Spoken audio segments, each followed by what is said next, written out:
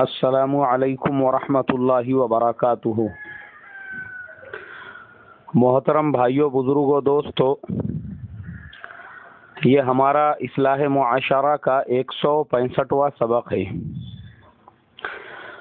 محترم بزرگوں، پچھلے 4 دنوں سے ہمارا اصلاح معاشرہ کا سبق بند ہے۔ دراصل میں نے اعلان کیا تھا کہ میں گجرات کے سفر پر ہوں۔ یہ سفر میرے لیے بڑے خوش قسمتی والا ثابت ہوا کہ الحمدللہ اس سفر کے شروع میں ہی جب میں سنیچر کے دن رات میں یہاں سے روانہ ہوا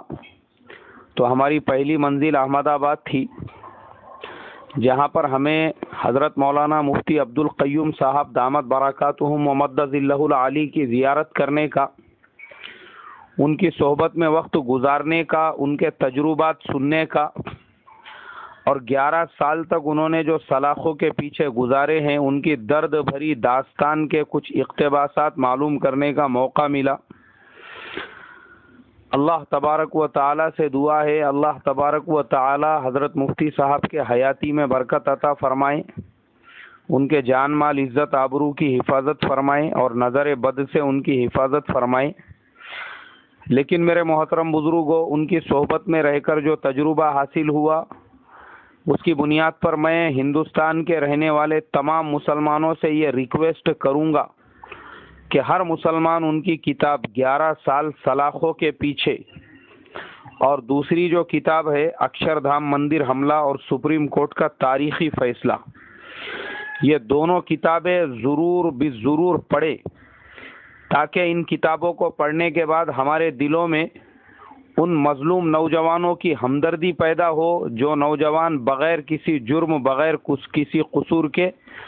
جیلوں کے اندر اپنی زندگی کا ایک قیمتی وقت گزار رہے ہیں، مطلب مجبوراً ان کو گزارنا پڑ رہا ہے۔ میں آپ کو بتا دوں کہ یہ کتابیں جمعیت علماء مہاراشٹرا کے آفس میں دستیاب ہے، جمعیت علماء احمد آباد کے آفس میں بھی دستیاب ہے، اور ہمارے مقامی جو ساتھی ہے پونا کے، بہت سے ساتھیوں کا کل میں نے میسج بھیجنے کے بعد میسج آیا تھا کہ انہیں بھی کتاب چاہیے، تو انشاءاللہ میں خود یہ کتابیں ہمارے شہر کے اعتبار سے منگا کر لوگوں کو دینا چاہتا ہوں، تو جیسے بھی اس کی ترتیب بنے گی میں مقامی لوگوں کو اطلاع دے دوں گا۔ لیکن باہر کے رہنے والے جو بھائی ہیں ان لوگوں سے درخواست کروں گا کہ وہ جمعیت علماء ہند بامبے کا جو آفس ہے وہاں پر یا احمد آباد کا جو آفس ہے وہاں پہ ربط کرے، انشاءاللہ آپ کو کتاب مل جائے گی، اور آپ ضرور اس کتاب کا مطالعہ کریں۔ وہ اردو میں بھی ہے، ہندی میں بھی ہے، گجراتی میں بھی ہے، اور میرے لڑکے نے نیٹ پہ سرچ کیا تو آن لائن انگریزی میں بھی ہے۔ اس لیے میرے محترم بزرگوں، میں آپ تمام لوگوں سے درخواست کروں گا، حضرت مفتی صاحب نے جو قربانی دی، جو مجاہدہ کیا، جیسے سنگین ان پہ جھوٹے الزامات لگائے گئے، جس طریقے سے ان کو جیل کی سلاخوں کے پیچھے ٹارچر کیا گیا، ایک عالم دین کی عصمت کو کیسے تار کیا گیا، کیسے اس پر بہتان لگائے گئے، یہ ہندوستان کے ہر مسلمان کو پتہ ہونا ضروری ہے، تاکہ ہم کو یہ معلوم ہو کہ آج مسلمانوں کے خلاف کیسی سازشیں کی جا رہی ہے،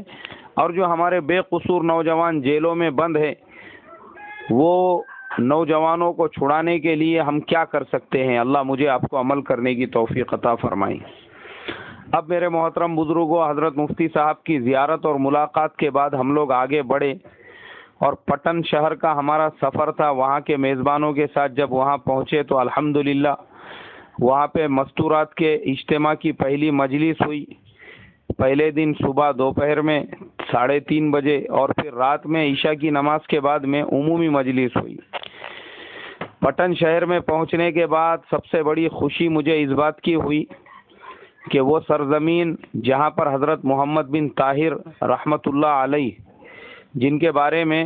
اپنے پٹن کے عمومی اجتماع میں ایک واقعہ سنا چکا ہوں کہ ہمارے اسی پٹن شہر کے قریب کے ایک عالم دین،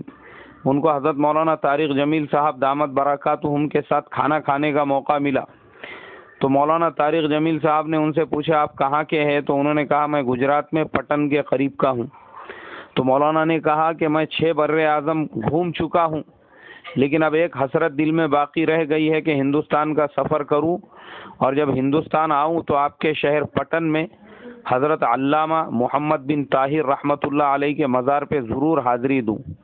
اتنی بڑی ہستی پٹن شہر کے اندر آرام فرما رہی ہے، ان کے علاوہ بڑے بڑے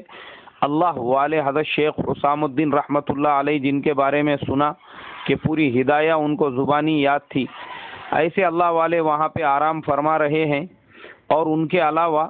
خود ایک عالم دین جو ابھی حیات ہے پٹن کے، حضرت مولانا احمد حسین صاحب دامت برکاتہم، جو محتمم ہے مدرسہ کنز العلوم احمد آباد کے، وہ اصلاً رہنے والے پٹن شہر کے ہی ہے۔ ان کی خصوصیت یہ ہے کہ آج تک بخاری شریف کی لوگوں نے شروحات لکھی، مسلم شریف کی شروحات لکھی، ترمذی شریف کی لکھی، ابو داؤد شریف کی لکھی، لیکن حضرت مولانا احمد حسین صاحب دامت برکاتہم نے نسائی شریف کی عربی شرح لکھی ہے 4 جلدوں کے اندر۔ یہ میری بہت بڑی سعادت مندی ہوئی کہ مجھے 2 دن ان کی صحبت میں گزارنے کا موقع ملا، ان سے مصافحہ کرنے کا، ان کی مفید باتوں کو سننے کا، ان کے ساتھ کھانا کھانے کا موقع ملا۔ یہ میرے لیے ایک زندگی میں یادگار لمحہ رہے گا۔ میں یہ سمجھتا ہوں کہ میرا یہ سفر بجائے وہاں کے لوگوں کو واعظ و نصیحت کرنے کے، میری اپنی خود کی تربیت اور اصلاح کا سفر بنا، اور مجھے ایسے ایسے نیک لوگوں کی صحبت میں وقت گزارنے کا موقع ملا، جیسے ہمارے حضرت مولانا عمران صاحب محتمم مدرسہ کنز مرغوب، اور وہاں کے اور دوسرے بہت سارے علماء اکرام، اور ان کے علاوہ وہاں کے جو مخلصین ہیں، اور جہاں جہاں پہ بھی ہم لوگ دیہاتوں وغیرہ کے اندر بھی گئے، جہاں پہ اور بھی مجلسیں تھی، ماشاءاللہ میرے دل سے دعائیں نکلی وہاں کے لوگوں کے لیے۔ میں سوچنے لگا کہ جو صفات ان لوگوں کی زندگیوں میں ہیں،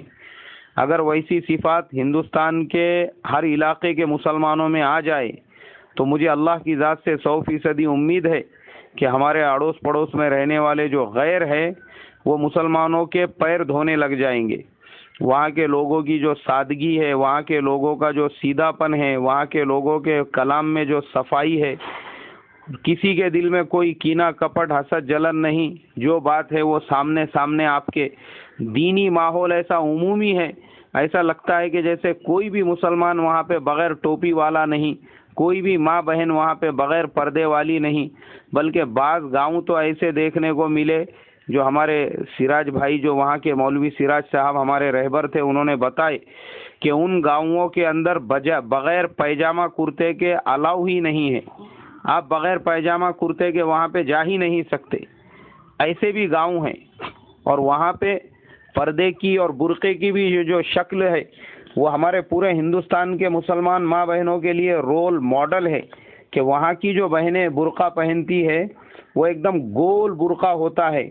بس وہ سر کے اوپر ڈال دیتے ہیں، آنکھوں کے پاس چھوٹی سی جالی ہوتی ہے، اور وہ برقعے سے جو ہے پورا گول، یعنی اتنا بڑا ہوتا ہے وہ ڈھیلا ڈھالا کہ کسی کو کچھ اس کے فیشن یا اس کی ڈیزائننگ وغیرہ کچھ بھی نہیں ہوتی ہے اس کے اندر، لیکن پورا پردہ ہو جاتا ہے۔ اور پردے میں وہاں کی ماں بہنیں دوسرے بھی دنیا کے کام کرتی ہے، کھیتی باڑی کا بھی کام کریں گی تو برقعے کی حالت میں، دوسری اپنی مشغولیات بھی کریں گی، سامان وغیرہ لانا ہے، لے جانا ہے، لکڑیاں اٹھانا ہے، بھینسوں کو لانا لے جانا ہے، جو بھی کام رہے گا دنیا کا کام بھی ہو رہا ہے، لیکن ماشاءاللہ وہ بھی پردے کی حالت میں۔ یہ چیز دیکھ کر دل سے دعا نکلی کہ اگر ہمارے ہندوستان کے ہر علاقے کی ماں بہنیں اسی طرح سے سادگی کے ساتھ پردہ کرنے والی بن جائے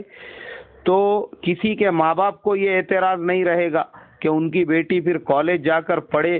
یا ان کی بیٹی یونیورسٹی میں جا کر ہائر ایجوکیشن حاصل کرے، زندہ ہو جائے۔ اور میں دعا کروں گا انشاءاللہ وہاں کے لوگوں کی جو سادگی، وہاں کے لوگوں کا جو سادہ پن، وہاں کے لوگوں کی جو کلام کی صفائی، ویسی اللہ ہمارے علاقے میں بھی پیدا فرمائے، کیونکہ وہ سرزمین معمولی نہیں تھی۔ اللہ نے مجھے وہاں پہ سفر کرنے کا موقع دیا، وہ ہمارے ہندوستان کے سب سے بڑے 2 جلیل القدر علماء، ایک دعوت و تبلیغ کے اعتبار سے ایک سورج کی حیثیت رکھتے ہیں، اور دوسری طرف ایک علم حدیث کے اعتبار سے چاند کی حیثیت رکھتے ہیں۔ ایسی شخصیتوں کی وہ سرزمین تھی۔ حضرت مولانا عمر صاحب پالن پوری رحمت اللہ علیہ، ان کا وہ علاقہ ہے جن کے نام سے پورے دنیا بھر میں اس علاقے کو پہچانا جاتا ہے، اور دوسری طرف محدث کبیر حضرت مولانا مفتی محمد سعید احمد صاحب پالن پوری دامت برکاتہم و مد ظلہ العالی، ایسی دنیا کو شخصیت ہے جس سرزمین نے دی،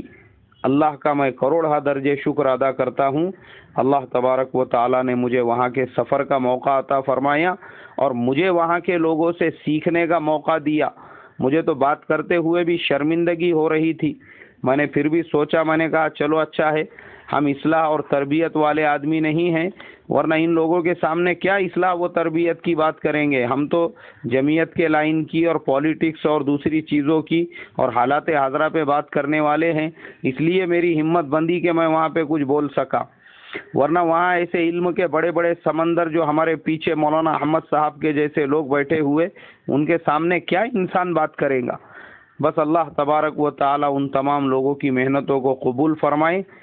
لیکن یہ سفر کے اندر ایک اور چیز بھی میں نے دیکھا جس کو میں نے آبزرو کیا ہوں کہ ہمارے ملک کے ماننیے پردھان منتری جی کا وہ علاقہ ہے اور جہاں کے آپ 3 مرتبہ مکھیہ منتری رہ چکے ہیں، لیکن مجھے بڑا افسوس ہوا اس بات کے اوپر کہ جس گجرات کو مودی کا گجرات کہا جاتا ہے، اس گجرات میں بھی اتنی ہی غریبی ہے جتنی ملک کے دوسرے حصوں میں ہیں، اس گجرات کے اندر بھی اتنی ہی جھوپڑ پٹیاں ہیں، بلکہ جھوپڑ پٹیوں میں تو مجھے لگتا ہے دوسرے علاقوں سے بھی برا حال ہے کہ بامبے، پونا وغیرہ میں یا پھر دلی وغیرہ میں بھی جو جھوپڑ پٹیاں ہیں وہ تھوڑی سی اسٹینڈرڈ ٹائپ کی بنی ہوئی ہے۔ وہاں تو میں نے دیکھا لوگوں کا اتنا برا حال، جس احمد آباد سٹی کو آئیکن سٹی کہا جاتا تھا، وہاں بھی ریل کے پٹریوں کے لائن سے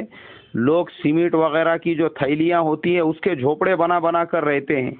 میں دیکھ کے حیرت میں پڑ گیا کہ ہمارے پی ایم صاحب پوری دنیا میں سینہ ٹھوک کے کہتے ہیں مارو گجرات، مارو گجرات، مارو گجرات، اور گجرات کو جو ہے ایک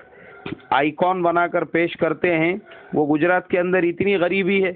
ہمارے پی ایم صاحب ٹی وی پہ آ کر پوری دنیا کو صاف صفائی کا پاٹ پڑھاتے ہیں، صفائی ابھیان چلاتے ہیں اور شوچالیہ کی بات کرتے ہیں۔ میں نے دیکھا ہوں کہ اس گجرات کے اندر بھی لوگ چمبو لے کے گھروں کے باہر روڈ کے راستوں کے کنارے پہ بیٹھتے ہیں۔ میں سوچنے لگا کہ جس گجرات کو پورے ہندوستان کے لیے ایک رول ماڈل بنا کر پیش کیا جاتا تھا، وہاں بھی اتنی ہی غریبی ہے، وہاں پہ بھی لوگ اتنے ہی پریشان حال ہے، وہاں کے سگنلوں پہ بھی اتنے ہی بھکاری ہے، وہاں پہ بھی روڈوں پہ راستوں پہ گھٹنے بھر بھر کے جو ہے گڈھے ہیں، اور وہاں پہ بھی زبردستی کے لوگوں سے ایسے روڈ اور راستوں کے لیے ٹول ناکے وصول کیے جاتے ہیں۔ مجھے دیکھ کے حیرت ہو گئی، شاید ہندوستان میں وہ پہلا علاقہ ہوگا جہاں پہ اوور برج کا بھی ٹول ناکا لیا جاتا ہے۔ ہمارے یہاں مہاراشٹر میں بھی ٹول ناکا لیتے ہیں، لیکن بامبے پونا ایکسپریس ہائی وے پہ آپ سفر کرو اور وہ فیئر ہے ان کا لینا، اس لیے کہ انہوں نے اتنا پیسہ دے کے وہ ایکسپریس ہائی وے بنایا ہوا ہے تو وہ لوگ ٹول لیتے ہیں، کوئی بات نہیں ہے، دیٹ از ایکسیپٹیبل فار اس۔ لیکن وہاں میں نے دیکھا ہوں ایک ریلوے کا اوور برج کراس کرنا ہے اور اس کے بعد ایک برج ہے، دونوں برج کے ملا کے وہ 80 روپئے لے رہے ہیں چھوٹی چھوٹی گاڑیوں سے۔ اس کے بعد جب روڈ آیا تو وہ اتنا چھوٹا اور اتنا تنگ تھا کہ ایک گاڑی کا چلنا بھی اس کے اوپر مشکل ہے۔ میں سوچنے لگا کہ دنیا میں شاید ہی کوئی ایسی جگہ ہوں گی، یہ حال تو یو پی بہار کا بھی نہیں ہوگا، وہاں پہ بھی اوور برج کا ٹول ناکا نہیں وصول کیا جاتا ہوگا۔ تو میں سوچنے لگا یہ ہمارے ماننیے پردھان منتری جی کا گجرات ہے، جو پوری دنیا میں وہ جا کے کہتے ہیں کہ ہمارا گجرات، لیکن وہ گجرات کا حال بھی دنیا کے ہندوستان کے اور دوسرے اسٹیٹ سے کچھ اچھا نہیں ہے، ان سے بدتر ہی ہے۔ بس میں یہی دعا کروں گا اللہ تبارک و تعالی سے،